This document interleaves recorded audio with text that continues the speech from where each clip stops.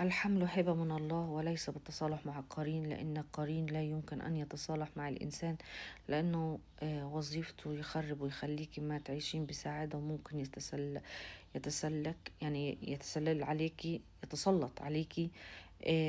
وأزود على هذا أعتقد أنه حرام. شوفي أنت لو كنت بتتكلمي على انه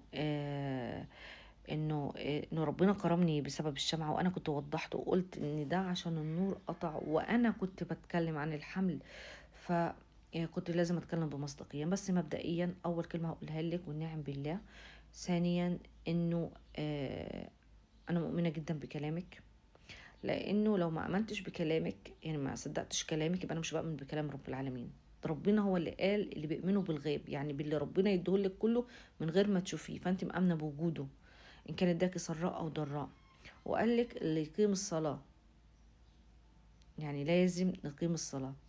وقال لك ننفق من مالنا، يعني من رزقنا. فهذا اللي انا عملته عشان ربنا يكرمني واحمل.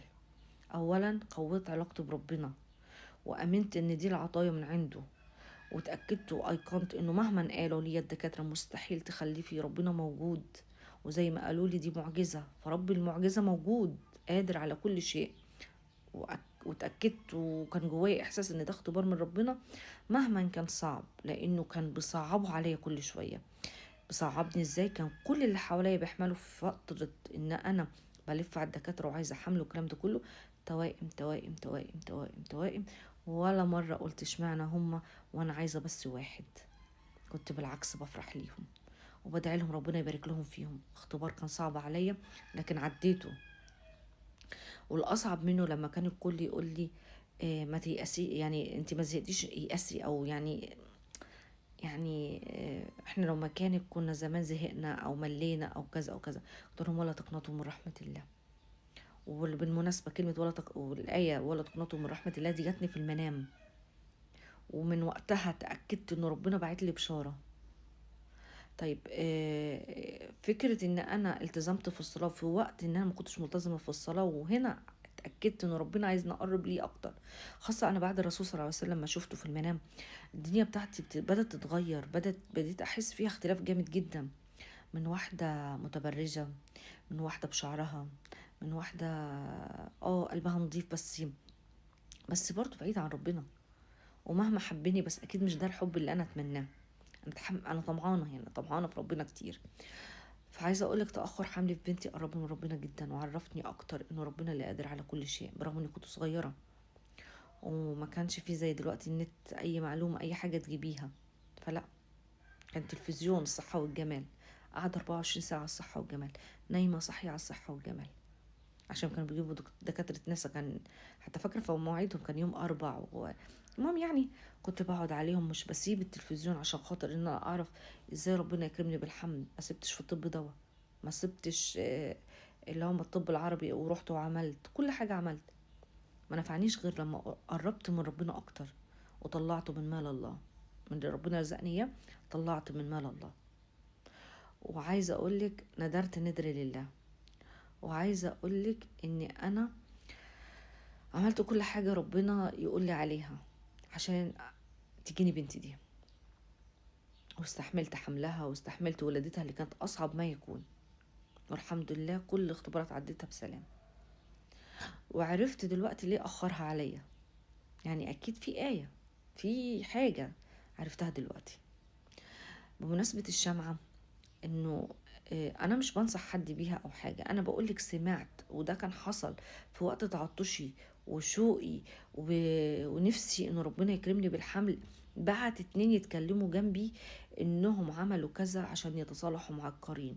تخيلي انا دماغي، ده برضو ممكن يكون اختبار من ربنا يشوف ان قوة ايماني. هل انا هروح اعمل ورا اي حاجة بعد الاختبارات دي اللي عملتها كلها؟ صلاة، الصدقة، الندر، ولا هيكون ازاي؟ يعني فاهمة. انا لا، ما اقتنعتش بالكلام دوت. ويشاء العلي القدير بعدها بكم من يوم النور يقطع. وما النور قطع،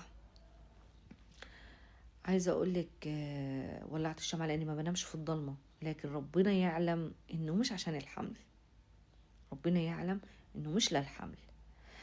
خليني اقولك ان انا اتفاجئت من يومين 3 كده، امي بتقول لي ان ستي اللي هي امها كانت كل ما تحمل عيالها بيموتوا. فلحد ما في يوم من الايام من هما اللي بيعملوا الحجاب والحاجات دي، قالت لها انت لازم تحط حجاب في عبك.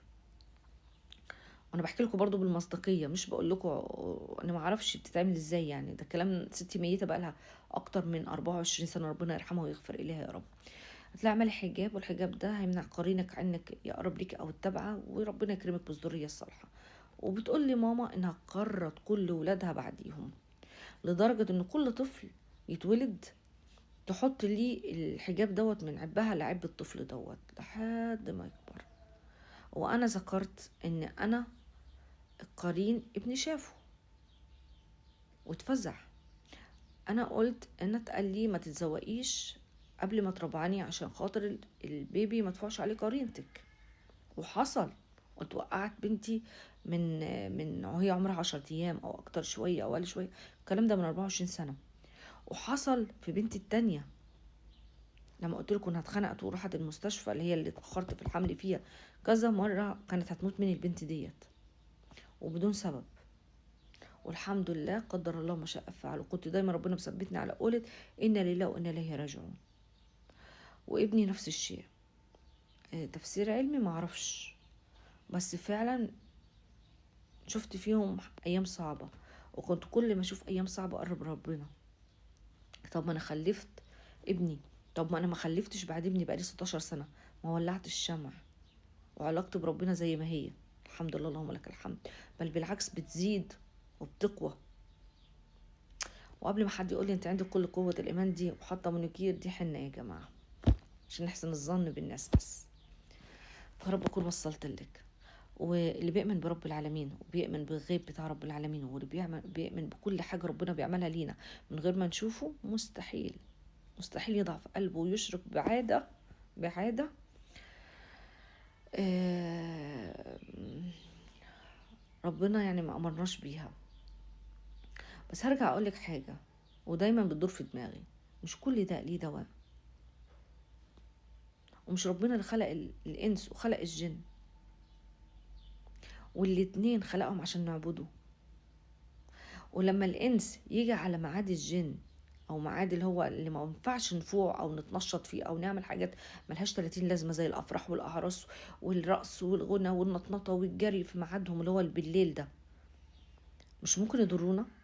طب انت مش ممكن وانت بتجري ولا بتتحركي تقعي على واحد منهم فينقهر منك فيجي يأذيكي؟ فاهمة حاجة؟ فده تفكير في دماغي دايما. فعشان كده انا بلتزم بنهاري وليهم الليل، بلتزم بعبادتي بنهار بطريقة معينة، وبالليل بهدوء ورونق بسيط. فاهمة حاجة؟ فيعني الواحد لازم يكون عارف اللي ليه واللي عليه، ويؤمن باللي ربنا قاله. انتوا متفقين معايا ولا مختلفين؟ صلحولي لو انا غلط.